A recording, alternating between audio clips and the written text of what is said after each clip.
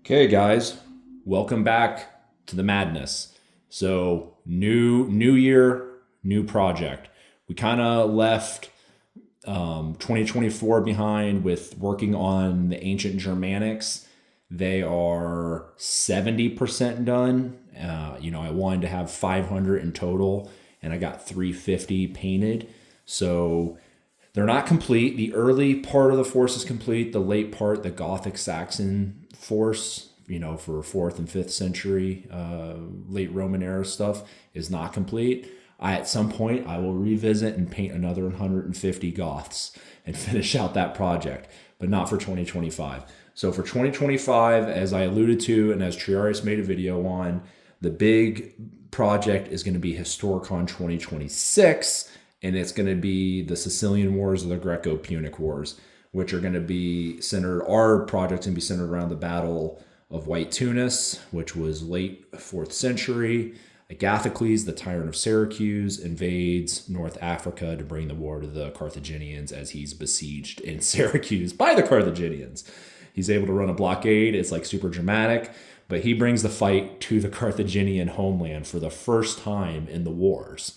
And it'll be the first time, it'll be the last time until the Romans invade North Africa in the First Punic War. So we're here. I've already made work on the project. So we already have some of the miniatures painted, oddly enough. And then we got a whole bunch primed. So I have signed up for 550 Greeks, 100 of which are going to be Thracian mercenaries to the Greek cause. Thracians were ubiquitous, being used throughout the classical and Hellenistic period as mercenaries. So I think having the Syracusans had mercenaries, and not only that, the Thracians kind of more or less fought as peltasts during this time, or light infantry. So I'm going to paint them all up as peltast type contingents for the Greeks. So 550 Greeks, 100 of which are going to be Thracians, quote unquote, but then the rest are going to be Greeks. A good bulk of that, there'll be a contingent of archers, and then there'll be peltasts, and then the bulk is going to be hoplites. And then on top of that, my plan is to do 150-ish, 200 Etruscans that will also go with the Greek force. So I am not touching any of the Punic forces. Okay, and according to Diodorus, the Punic forces were mostly they were local Carthaginian citizens and North Africans. We've decided we're going to expand that to Iberian mercenaries. You got to remember the bulk of the quote unquote real Carthaginian army was in Sicily, besieging Syracuse. So this was a spun together fast emergency army. Now, with that being said, Carthage had huge maritime presence throughout the Western Mediterranean. Iberians always made up parts of the Carthaginian forces, even going back to like the 6th century. So maybe even further, 7th century. So I don't think it. So we are going to include some Iberians in the force, but the bulk of the forces are going to be Punic, North African, Numidian, Carthaginian in nature. So a ton of cavalry, chariots, and a ton of infantry. We haven't discussed what the skirmisher breakout's going to be. The Greeks were noted as having a contingent of archers with them. The Carthaginians, it doesn't say they had skirmishers, but it'd be crazy if they didn't, because especially things like a sling is a low skill ceiling for a weapon, right? Like you're not going to be as good as a Balearic slinger, right? Like you're not going to be able to hit a rabbit from like 200 meters away with a sling like those guys could. But a sling is a relatively easy weapon to throw someone, and within a few practice shots, they got the concept, and you have cheap to use missile troops, right? So I'm sure they will have some sort of missile troop, if not just javelin infantry, especially because the Numidians were, when they did field infantry, most of the time it was javelin, skirmisher, light infantry type guys. So that's the overall concept of what we're working at now. As far as the Greeks I have collected, I have every bit of over 400 Greeks collected. And that is going to be a mix of 3 different companies. It's going to be a mix of Victrix.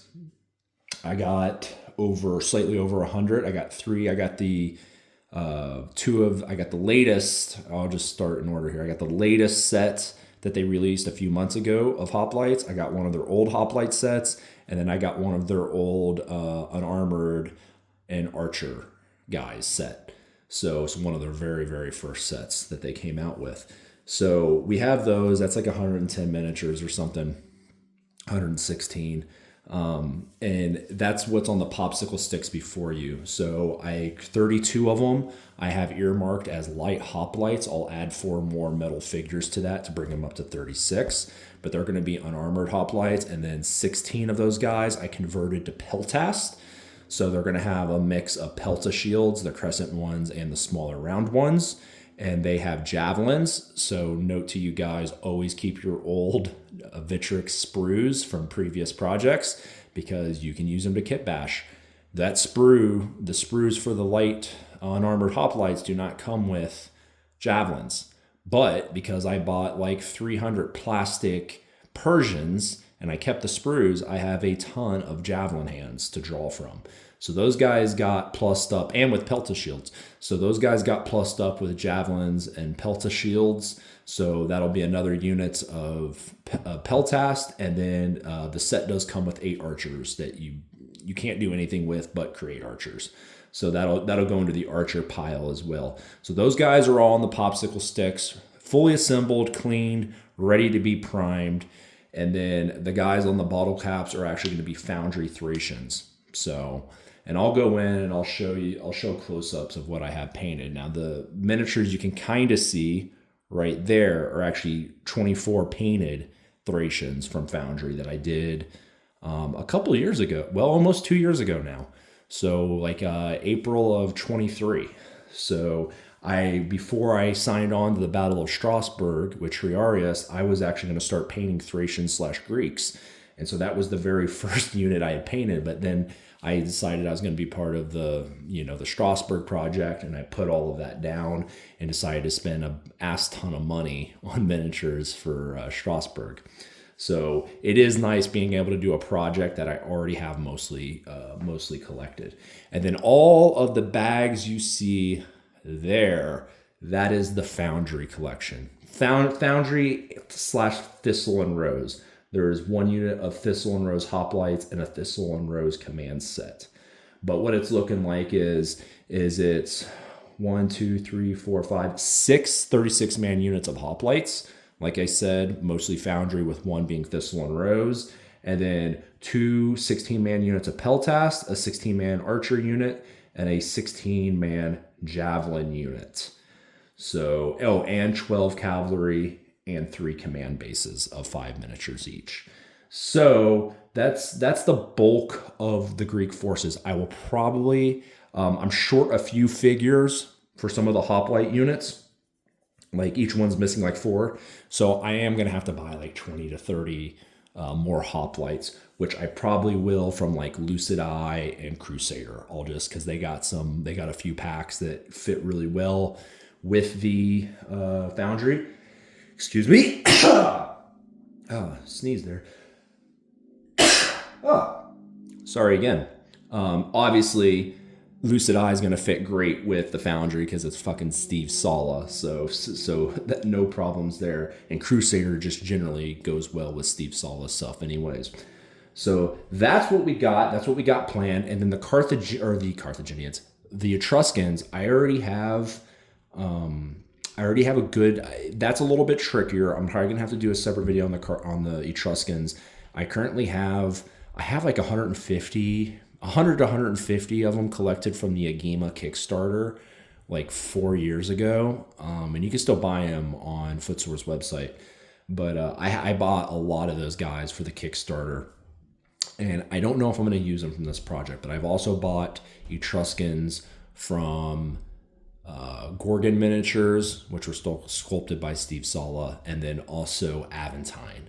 So I think if I have enough, I'm just going to combine those 2 forces, those 2 manufacturers to make the Etruscan force. That would be ideal for me. So that's the plan. We're going to start painting. we're getting organized. I got the first 80 or so miniatures ready to be primed. They're assembled, they're cleaned. They just need to be primed. I already got the first 24 painted, and I can go ahead and show you guys those. We'll just do a quick, I won't pick them up, just a little teaser because the unit's not done.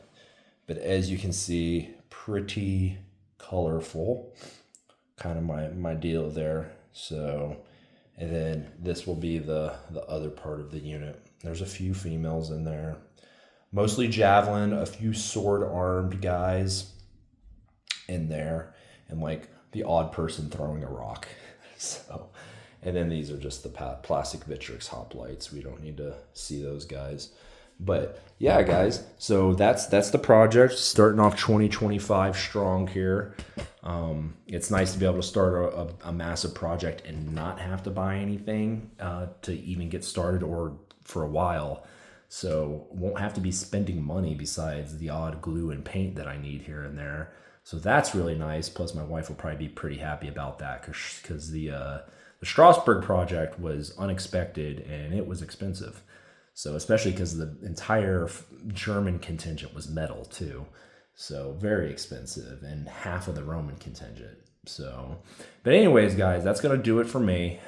Just wanted to give you guys a sneak peek of what I've been doing over the first week of January, getting all of the Greeks organized and prepped.